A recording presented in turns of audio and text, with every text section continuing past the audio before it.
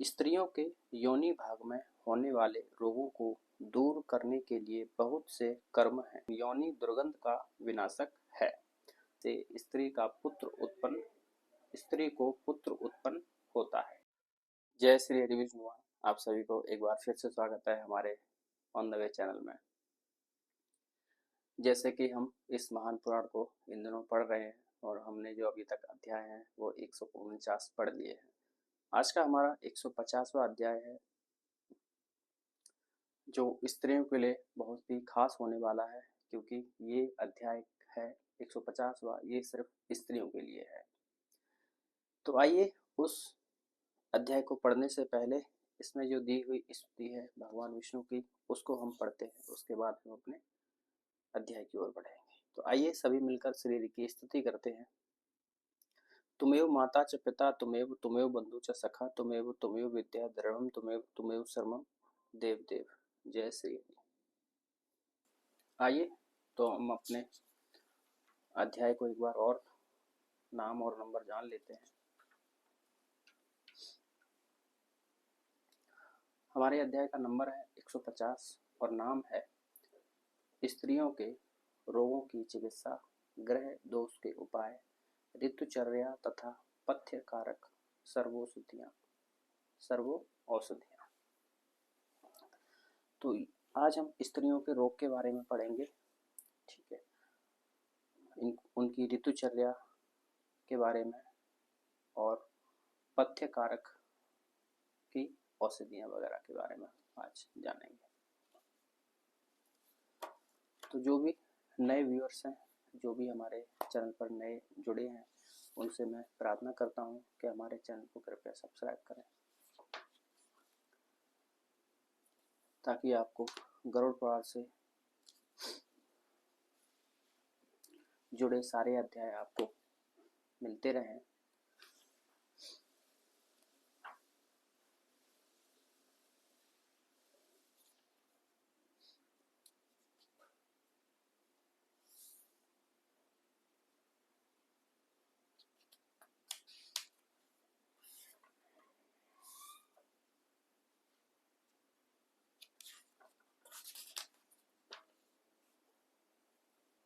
आइए श्री हरि का नाम लेकर अब हम अपने अध्याय को आरंभ करते हैं। आप सभी ध्यान से सुने। धन्वंतरी जी ने कहा, हे सुश्रुत, अब मैं स्त्रियों के रोगों की चिकित्सा का वर्णन करूंगा, उसे आप सुने। स्त्रियों के योनि भाग में होने वाले रोगों को दूर करने के लिए बहुत से कर्म हैं, किंतु जो कर्म वात दोष नाशक हैं उन्हीं को प्रशस्त माना जाता है। वच्छ उपकुच्चिका मतलब काला जीरा, जायफल काली तुलसी, वासक मतलब अणुसा सेंधा नमक, अजमौदा मतलब अजवाइन, यक्षवार मतलब माफ कीजिए यवछार, चित्रक तथा शर्करा को पीसकर सभी को मिश्रित करके घी में भूनकर जल या दूध के साथ सेवन किया जाए तो स्त्रियों की योनि के पार्श्व भाग में होने वाला शूल, हृदय रोग, गुल्म और अर्श विकार दूर हो जाता है। बेर की पत्तियों को पीसकर योनि भाग में लेप करने से उसकी वेदना शांत हो जाती है। लोथ और तुम्बी फल का प्रलेप योनि को दृढ़ एवं संकुचित बनाता है।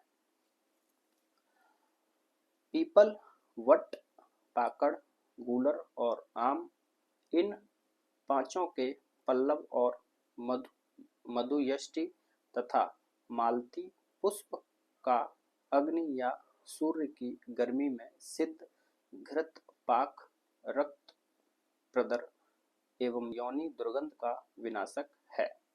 कांजी में जपा पुष्प, अड़हुल के फूल, जपा पुष्प मतलब अड़हुल के फूल,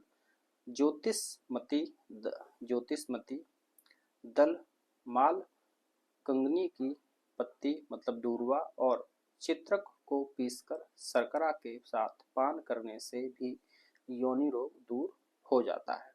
आंवला, रसौत तथा हरीत की का चूर्ण जल के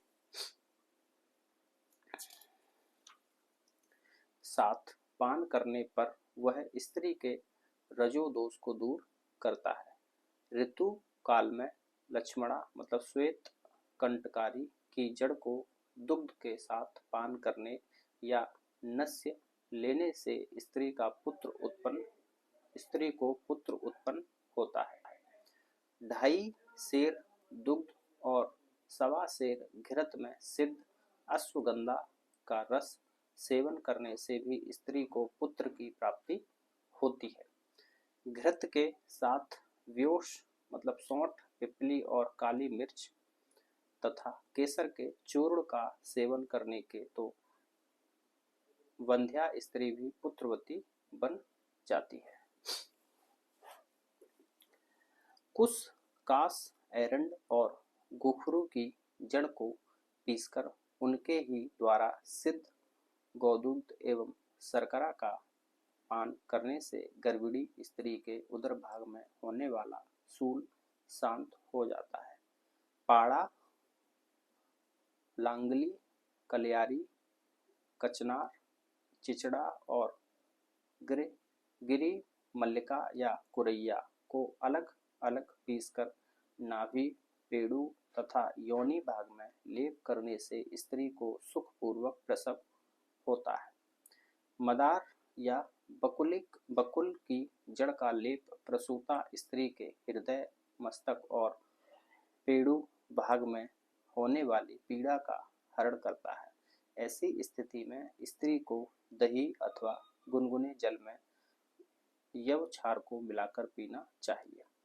10 मूल के क्वाथ से सिद्ध घृत पाक भी प्रसूता स्त्री की पीड़ा का विनाशक है। दूध के साथ साठी चावल का चूर्ण सेवन करने से प्रसूता स्त्री को दूध होने लगता है। बिदारी कंद, सतावर तथा कपास के बीजों का योग भी प्रसूता के दुग्ध वृद्धि में सहायक है। स्तन शोध के लिए प्रसूता स्त्रियों को मूंग का जूस पीना चाहिए।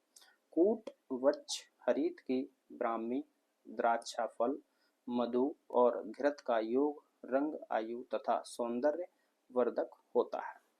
इन सभी औषधियों का लेह बालक को चटाना चाहिए। स्तन जन्य दूध का अभाव होने पर बकरी अथवा गाय का दूध बालक के लिए उचित होता है। बच्चे की नाभि में सूजन आ जाने पर उसको अग्नि में गर्म की गई मिट्टी से सेकना चाहिए।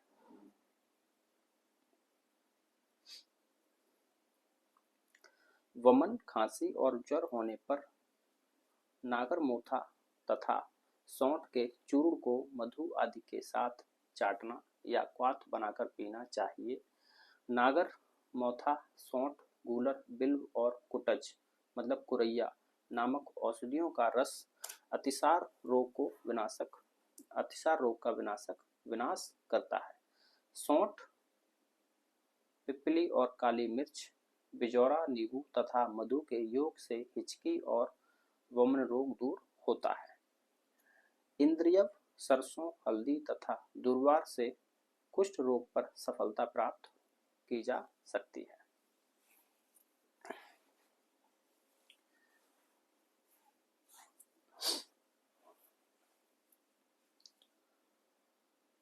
महामुंडनिका, महाश्रवणका तथा उद्दीच्य मतलब हीवेर या चौपचीनी के क्वाथ से स्नान करने पर ग्रह का दोष दूर हो जाता है। यह ग्रह का दोष के बारे में है। अब जैसे कि हमने इस अध्याय में देखा था कि स्त्रियों के रोगों की चिकित्सा, ग्रह दोष के उपाय, ये ग्रह दोष के उपाय अब हम पढ़ेंगे। इसमें है महाश्रवणिका तथा हिवेर तथा उद्दीच्य मतलब हिवेर या चौपचीनी के क्वाथ से स्नान करने पर ग्रह का दोष दूर हो जाता है। ग्रह दोष होने पर शरीर में सप्त परड़ी, हल्दी और चंदन का लेप करना चाहिए। शंख, कमलगट्टा, रुद्राक्ष, वज्र तथा लोह आदि धारण करने से भी ग्रह दोष दूर होता है। आदि धारण करने से भी ग्रह दोष दूर होता है। बालकों पर ग्रह दोष का प्रभाव होने पर निम्न मंत्र से उसकी शांति का प्रयास करना चाहिए। तो अब हम इसमें दिया हुआ मंत्र पढ़ेंगे। ओम कम टम गम गम वेनतेयाय नमः। ओम हौं हम हा। इस मंत्र से मार्जन करने तथा बलि प्रदान करने से अरिष्ट ग्रह शांत हो जाता है। बलि प्रदान करते समय निम्न मंत्र का उच्चारण करें। अब हम इसमें बलि देते समय जो मंत्र कहना चाहिए उस मंत्र को हम पढ़ते हैं। ओम ही बाल ग्रहाद बलिम गृहीत बालम मुच्चत स्वाहा। चावल के दोवन में शीरीष वृक्ष की जड़ पीसकर पीने से विष दोष दूर होता है। अब इसमें विष के बारे में भी बताया गया है। चावल के दोवन में शीरीष वृक्ष की जड़ पीसकर पीने से विष दोष दूर हो जाता है। चावल के ही पानी में मिलाकर पीसे हुए श्वेत फूल वाले वर्षाभू मतलब पुनर्नवा का रस सर्पदंश के विष को दूर कर देता है। दही, घृत, चौराई, ग्रह, धूम, हल्दी, मधु तथा सेंधा नमक को पीसकर पानी विष नाशक है। घृत मिश्रित सिंहौर की जड़ का क्वाथ पीने से भी विष दोष दूर होता है। जो औषधि वृद्धावस्था को दूर करने का सामर्थ्य रखती है उसको रसायन कहा जाता है। रसायन की अभिलाषा करने वाले लोगों को वर्षा आदि ऋतुओं में यथाक्रम सेंधा नमक, शर्करा, सौंठ, पिप्पली, मधु तथा गुड़ के साथ हरीत की नामक औषधि का प्रयोग करना चाहिए। अर्थात वर्षा काल में सेंधा नमक, शरत काल में शर्करा, हेमंत काल में सौंठ, शिशिर काल में पिप्पली, वसंत काल में मधु तथा ग्रीष्म काल में गुड़ के साथ हरीत की का सेवन प्राणियों के लिए रसायन कार्य करता है। ज्वर की समाप्ति पर व्यक्ति एक हरीत की को 2 बहेड़ा, 4 आंवला, मधु और घृत का सेवन करके 100 वर्ष तक जीवित रहता है। दूध तथा घृत के साथ अश्वगंधा नामक औषधि तो प्राणियों के शरीर में होने वाले सभी रोगों का विनाश करती है। बंडूक, परड़ी और विदारी कंद का रस अमृत के समान है। मनुष्य तिल, आंवले और भृंगराज के सेवन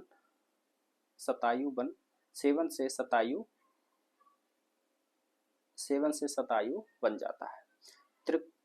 त्रिकटु, त्रिफला, चित्रक, गुडुचि, शतावरी, विडंग और लोहचूर्ण मधु के साथ मिलाकर खाना सभी रोगों का विनाशक बन जाता है। त्रिफला मतलब पिप्पली, सौंठ, गुडुचि, शतावरी, विडंग तथा भृंगराज आदि का सिद्ध रस भी सभी रोगों को विनष्ट करने की शक्ति से संपन्न होता है। 1 भाग शतावरी तथा 10 भाग दुग्ध से कल्क बनाकर शर्करा, पिप्पली और मधु से युक्त घृत पाक अत्यंत पौष्टिक होता है। चिकित्सा में प्रतिमर्श, अवपीड़, नस्य प्रवपन तथा शिरोविरेचन ये 5 कर्म कहे जाते हैं। क्रमशः माघ आदि के प्रत्येक 2 मास की एक ऋतु होती है। अब हम माघ आदि प्रत्येक 2 मास की एक ऋतु होती है। इस प्रकार एक वर्ष में 6 ऋतुएं होती हैं। इन सभी ऋतुओं में अग्नि सेवन, मधु, दूध और दही के विवर्त आदि का सेवन करना चाहिए। मनुष्य को शिशिर ऋतु में स्त्री के साथ रहना चाहिए। मनुष्य को शिशिर ऋतु में स्त्री के साथ रहना चाहिए। वसंत ऋतु में दिन में सोना उचित नहीं है। वर्षा ऋतु में दिवा निद्रा तथा शरत काल में चंद्र किरणों का सेवन मनुष्य के लिए त्याज्य है। साठी चावल, मूंग की दाल, वर्षा का जल, क्वाथ और दूध पथ्य है। नीम, अलसी, कुसुम्भ, सहेजन, सरसों, ज्योतिषमती तथा मूली का तेल भी प्राणी के लिए पथ्य माना गया है। ये कृमि, कुष्ठ, प्रमेह, वात, श्लेष्मज दोष और सिर में होने वाली पीड़ा का नाश करते हैं। अनार, आंवला, बेर, करौंदा, चिरौंजी, नींबू, नारंगी, आमड़ा और कपत्य नामक फल भी पथ्य हैं, किंतु ये पित्तवर्धक और अग्नि विनाशक हैं तथा इनसे कफ जनित दोष होता है। जल, नागरमौथा, इक्षुरस और कुटच मल मूत्र के अवरोध को दूर करने में समर्थ होते हैं। धामार्गव अर्थात घिया, तरो ईको सदैव वमन के रोग में सेवन करना चाहिए। पूर्वाह काल में वमन करने के लिए वच के साथ खैर और इंद्र यव का सेवन लाभप्रद है। पित्त दोष होने से प्राणियों का अनादिक कोष्ठ सबल नहीं रह पाता, उनमें एक प्रकार की मधुरता रहती है। वात और कफ दोष का आश्रय मिलने से उसमें दोष अधिक ही आ जाते हैं। वात, पित्त और कफ इन त्रिदोषों की समान स्थिति रहने पर उन कोष्ठों की क्षमता मध्यम रह जाती है। उस स्थिति में न तो उनकी कार्य क्षमता में शिथिलता रहती है और न उनमें दोषों की क्षमता की अभिवृद्धि। शरीर के अंदर स्थित कोष्ठ का कार्य चलता रहता है। पित्त दोष होने पर निषोध का सेवन करके विरेचन करना चाहिए। सेंधा नमक, सौंठ, निषोध, हरीत की तथा विडंग को गौमूत्र से सिद्ध कर शर्करा और मधु के साथ सेवन करने पर विरेचन में अधिक लाभ होता है। वात दोष के प्रबल होने पर उत्पन्न हुए दोषों में रोगी को 1 भाग एरंड तेल और 2 भाग त्रिफला का क्वाथ पान कराकर वमन कराना चाहिए। 6 अंगुल, 8 अंगुल या 12 अंगुल लंबी बांस आदि की नेत्री अर्थात पिचकारी बनाकर और उस पिचकारी में करकंद मतलब बेर फल के समान छिद्र करके रोगी को उत्तान सुलाकर वस्ति क्रिया करनी चाहिए। निरुहदान या निरुढवस्ती के प्रयोग में भी यही विधि कही गई है। इन दोनों विधियों में औषधियों की मात्रा आधा पल, 3 पल तथा 6 पल होनी चाहिए। इसी मात्रा को क्रमशः लघु, मध्यम तथा उत्तम कहा जाता है। इस वस्ति विधि में शतावरी, गुडुचि, भृंगराज तथा सिंधुवार आदि के रस में भावित हरीत की 1 भाग, पहेड़ा 2 भाग और आंवला 4 भाग होना चाहिए। ये औषधियां उदर रोग की पीड़ा को समाप्त कर देती हैं। तो ये हमारा बहुत ही महत्वपूर्ण अध्याय था स्त्रियों के लिए, जो कि उनको इस अध्याय को मतलब बहुत ही ध्यान से और गौर से सुनना चाहिए। इसमें बहुत अच्छे औषधियाँ बताई गई हैं और स्त्रियों के रोगों की औषधियाँ तो बहुत अच्छे से बताई गई हैं। तो अब हमारा ये अध्याय समाप्त हो गया है और जिनको ये अध्याय समझ में नहीं आया हो तो वो हमसे कमेंट में पूछ सकते हैं। तो मैं इस अध्याय के बारे में दोबारा से उनको या जो भी चीज़ आप पूछेंगे मैं उस चीज़ को कमेंट में आपको रिप्लाई में बता सकता हूँ। अब हमारा जो अगला अध्याय है उसका नाम मैं अभी से बता देता हूँ। उसका नाम है मधुर, अम्ल और तिक्त आदि द्रव्यों का वर्ग तथा उनका औषधीय उपयोग। तो इस अध्याय को हम अगले वीडियो में पढ़ेंगे। तब तक के लिए आप सबको जय श्री विष्णु, नमस्कार। और हाँ, प्लीज़ हमारे चैनल को सब्सक्राइब करें, वीडियो को शेयर करें ताकि बाकी सभी को भी इससे इस महान पुराण से जुड़े जो भी अध्याय हैं उनको भी अध्याय सुनने का मौका मिले। और आप भी चैनल को सब्सक्राइब करें ताकि आपको भी गरुड़ पुराण में आने वाले अध्याय हैं वो आप सुन सकें। चलिए, श्री हरि का नाम लेकर अब मैं इस वीडियो को यहीं पे विराम देता हूँ। मिलते हैं अगले वीडियो में। नमस्कार आप सभी को, जय श्री।